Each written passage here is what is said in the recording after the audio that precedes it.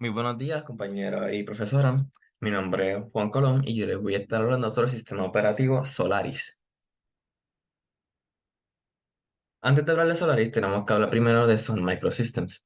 En 1982, Sun Microsystems fue creado por cuatro hombres, el alemán Andreas von Wetzstein y los americanos Vince Cole, Scott McNealy y Bill Joy.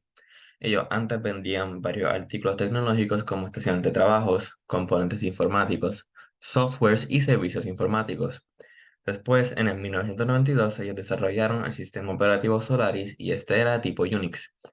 Unos años más adelante, en el 2009, ellos son comprados por la compañía Oracle Corporation. Con esta compra, Oracle se hace dueño del sistema operativo Solaris y de Java de Sun. Antes de que Oracle hiciera esta compra, Sun creó su primer sistema operativo llamado Sun OS, que también era de tipo Unix BSD de la Universidad de Berkeley. Uno de los fundadores perteneció a esta misma universidad. Luego se incorporaron funcionalidades del sistema 5. La versión que usaba el sistema 5 fue publicado en el 1992 y esta fue conocido, se fue llamado Solaris. Esta versión técnicamente sería la segunda versión y por tal razón se conoció como Solaris 2. Con esto, SonOS se convierte en el núcleo de Solaris 2. Desde esa integración, SonOS se distingue como el núcleo del sistema operativo y Solaris como el entorno operativo en general. Vamos a hablar un poco sobre lo que es Unix. ¿Qué es Unix? Unix es un sistema operativo que fue creado por los años 70 por Dennis Ritchie y Ken Thompson.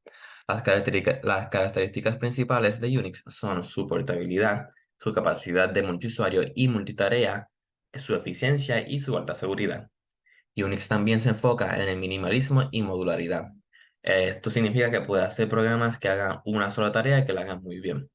Al comunicarse entre sí, se pueden ejecutar tareas que sean más complicadas. El sistema Unix se divide en tres áreas. Está el núcleo del sistema operativo, el intérprete de instrucciones y algunos programas utilitarios, y el resto de que sea necesario, como la interfaz gráfica o aplicaciones de usuario. Hoy en día, Unix se utiliza en muchos dispositivos de manera directa como indirectamente. Unix impone un orden jerárquico en los archivos, con lo que se puede crear la posibilidad de crear cuentas con permisos o privilegios diferentes. Vamos a hablar de lo que fue System 5.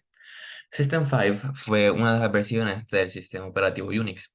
Fue creado originalmente por AT&T y fue hecho público en el 83. También se crearon cuatro versiones adicionales con el mismo nombre, pero con su número correspondiente. Eso estaba System 1, System 2, 3, hasta el 4 y ahora tenemos System 5. System 5 controla el arranque de los programas tan pronto se inicia una máquina. Muchos consideran este sistema uno de los más fáciles de usar.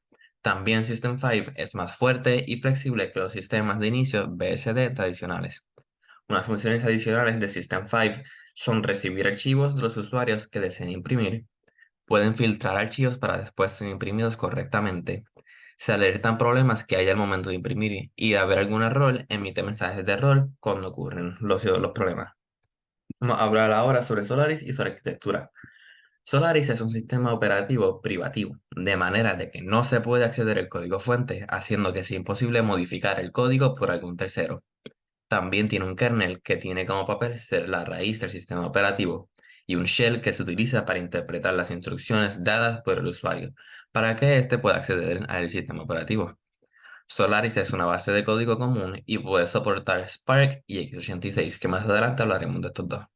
Con estas arquitecturas es posible para Solaris poder soportar una gran cantidad de dispositivos. Por esta cualidad consiguió la reputación de ser muy competente para el multiprocesamiento asimétrico o SMP. Además, la versión Solaris 2.5.1 fue la única versión que pudo soportar PowerPC, pero esta versión fue cancelada rápidamente después de ser publicada. Ahora vamos a hablar sobre lo que fue Spark. Spark fue creado por Sun Microsystems en el 1985. Ellos usaron como base del diseño el de RISC-1 y el RISC-2, que fueron de la Universidad de California. Sun Microsystems luego licenció Spark a otros fabricantes como Texas Instruments y Cypress Semiconductors. Spark o Scalable Processor Architecture es un procesador con una arquitectura escalable. Esto significa que puede introducir versiones antiguas con más características sin que se pierda la compatibilidad con los programas que fueron desarrollados para las versiones anteriores. La gran ventaja al utilizar Spark fue que, para su tiempo, Era muy innovadora al tener ventanas de registros. Con estas se podían hacer sin mucha dificultad compiladores con alto rendimiento. También estos mismos compiladores tenían una gran reducción de memoria en sus instrucciones de load y store. El CPU Spark se compone de una unidad entera UI o interunit que permite hacer ejecuciones básicas. También tiene un FPU o un Floating Point Unit que con este puede hacer operaciones y cálculos reales. Y ahora vamos a hablar ahora sobre el x86, que a diferencia de Spark, la x86 no fue creada por Sun Microsystems, sino que fue creada por Intel a finales de los años 70. La x86 es como una familia de instrucciones de procesamientos que son acumuladas dentro de un conjunto que se conoce como arquitectura. En su principio era un CPU con una memoria segmentada que procesaba información a más de 16 bits. Un CPU x86 en la actualidad puede hacer cómputos de 64 bits. Gracias a esto, la cantidad de datos con la que éste puede trabajar se puede agrupar en grupos más grandes, haciendo aún más eficiente su capacidad de procesamiento. La arquitectura x86 se basa en un proceso llamado CISC o Complex Instruction Set Computer, que divide y complementa los procesos. A la misma vez, se dirige la cantidad de memoria que las instrucciones van a ocupar dentro de las fases de los 64 bits, que son leídos por el procesador. Por todas estas razones, el x86 es la responsable de muchos de los sistemas computacionales. Vamos a hablar sobre el ambiente operativo de Solaris. Solaris cuenta con más de 10.000 aplicaciones para poder desarrollar aún más aplicaciones para la recolección de datos e información. Con cada año y cada versión nueva, se van desarrollando y se van incorporando herramientas nuevas. Gracias al proyecto Janus, que más adelante hablaremos de él, se creó una versión u opción donde Solaris pudiera correr aplicaciones Linux al estándar sin la necesidad de un compilador nuevo. También ayuda a que Solaris tiene una interfaz binaria de aplicaciones o API que le permite ejecutar software de otro programa. Esto se puede hacer siempre y cuando el paquete de software haya sido descargado para la misma arquitectura del microprocesador. Además de que Solaris tiene incluido el entorno de escritorio Java Desktop System, o JDS, que es basado en Java. Como les mencioné, vamos a hablar sobre el proyecto Janus. Con la creación de la versión de Solaris 10, se creó el proyecto Janus para poder conseguir correr programas de Linux en Solaris. Como Solaris tiene una interfaz de programación de aplicaciones API, puede tener acceso a herramientas que permitan crear programas, definiciones nuevas de subrutinas y protocolos para la comunicación. Esto se hace con el fin de poder facilitar la comunicación entre los sistemas. Solaris principalmente se basa en la gestión de paquetes de software usando programas package.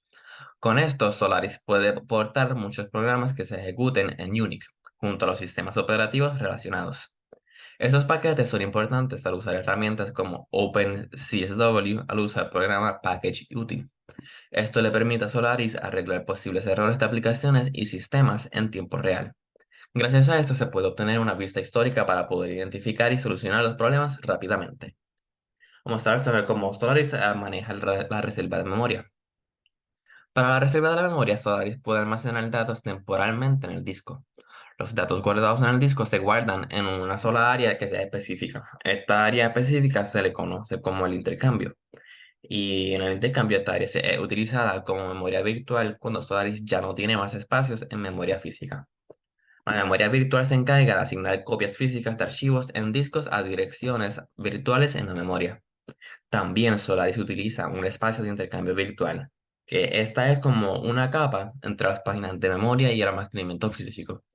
Con este espacio, Solaris no necesita una cantidad grande de espacio físico.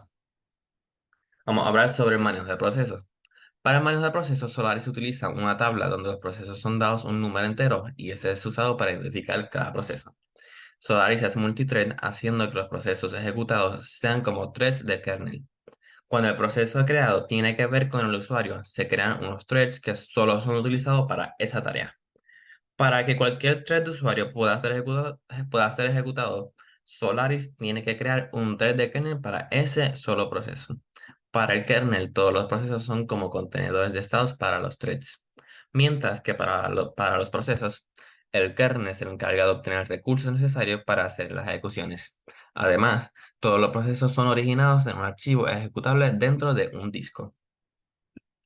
Vamos a hablar ahora sobre lo que fue OpenSolaris. Y OpenSolaris fue hecho público en el 2005, a partir de la versión privativa de Solaris.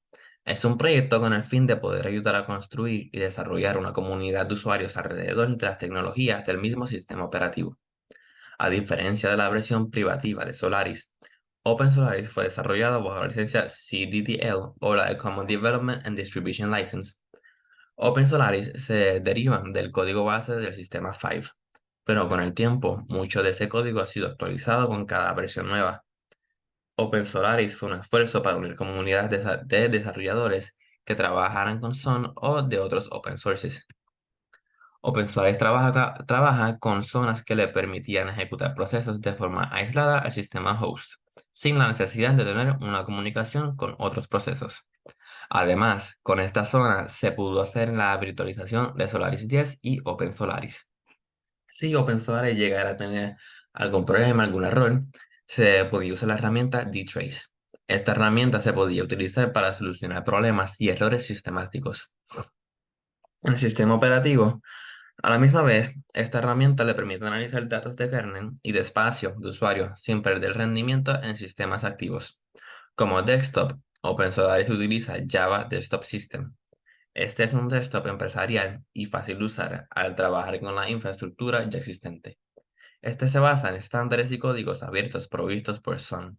Java Desktop System incluye software de desktop, un año de mantenimiento, 60 días de soporte de instalación y acceso a bases de datos. OpenSolaris no fue creado con el fin de ser un producto final o distribución completa, que era un producto para venderse, no, sino que fue desarrollado para hacer una base de código y una infraestructura que permitía distribuir información que rodeara el mismo proyecto. Y como mencioné, todo el punto de OpenSolaris era tratar de crear una comunidad y atraer desarrolladores para que pudieran trabajar juntos. Luego, cuando Oracle compra a Sun Microsystems, el proyecto OpenSolaris es abandonado para que pudieran enfocarse en la versión de Solaris 11. Y todas las futuras versiones de Solaris fueron hechas a base del código de OpenSolaris. Y hablando de las versiones de Solaris, vamos a empezar con técnicamente la segunda es Solaris 2.0. Esta fue creada en junio de 1992 y fue la primera versión preliminar, pero solo ofrecía soporte para la arquitectura Sun 4C. Solaris 2.1 fue creada en diciembre de 1992 y ofreció soporte para arquitectura Sun 4 y Sun 4M. Más adelante, en mayo de 1993, ofreció soporte para x86. Solaris 2.2 fue creada en mayo de 1993.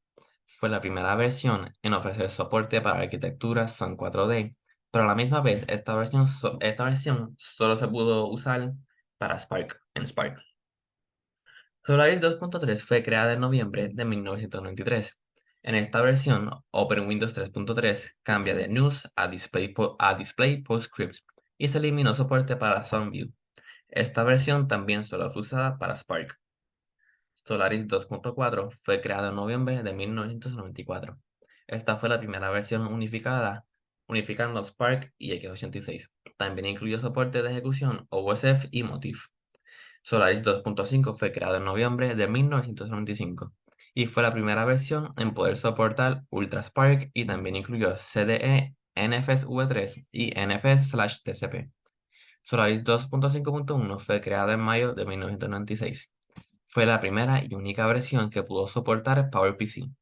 También se incluyó soporte para Ultra Enterprise y los identificadores de usuarios fueron mejorados a 32 bits.